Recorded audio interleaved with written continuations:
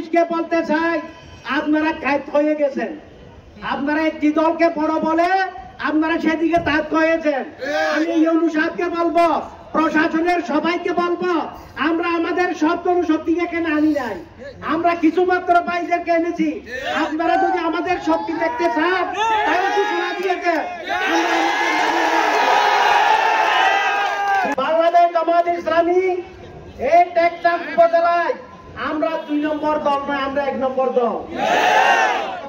বাছাড়ায় আমাদের চেয়ারম্যান ছিল, ওই সঙ্গে যুগ করে আমাদের চেয়ারম্যান, টেকনাফ পৌরসভায় আমাদের মেয়র, নীলাই আমাদের চেয়ারম্যান।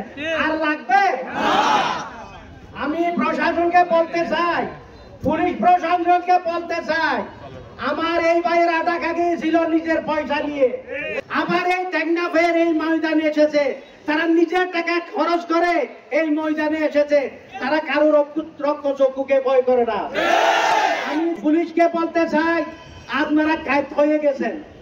আপনারা একটি দলকে বড় বলে আপনারা সেদিকে তাক হয়েছেন।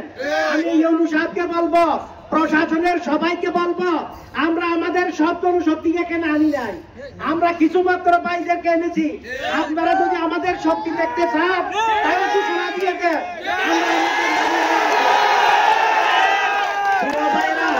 আমি বলতে চাই, অন্যায় অনেক দেখেছি, আমরা বৈষম্য অনেক দেখেছি, আমরা পুলিশ থেকে উপজেলা প্রশাসন থেকে আমরা বৈষম্য দেখতে চাই না। আমরা মৌলভীবাজারে হত্যাকাণ্ডের তীব্র নিন্দা জানাই, সেখানে শত শত জেলেরা কষ্ট পেয়েছে, হত্যা হয়েছে, এইরকম পথে ঘাটে আরো মানুষকে নাজেহাল করা হচ্ছে। আমি প্রশাসনকে বলতে চাই, আমরা যেমন এই অধিকার আমাদের আছে, সেই দলের যেভাবে অধিকার আছে আমাদের তার চেয়ে বেশি অধিকার আছে, সুতরাং আমাদেরকে বিবেচনায় রাখবেন। আমরা এখানে 1 নম্বর দল। প্রিয় ভাইরা, সারা বাংলাদেশে এই জনতা উঠে দাঁড়িয়েছে, এখানে দাড়িপাল্লাকে বিজয় করবে।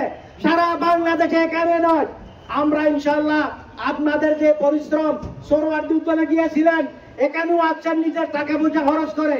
আল্লাহ পাক আপনাদের এই সবার এই যে কষ্ট এবং মেহনত আল্লাহ পাক কবুল করুন। আপনাদের কবরে যাওয়ার আগ পর্যন্ত এই ফকের দিকে থাকার তৌফিক দান করুন।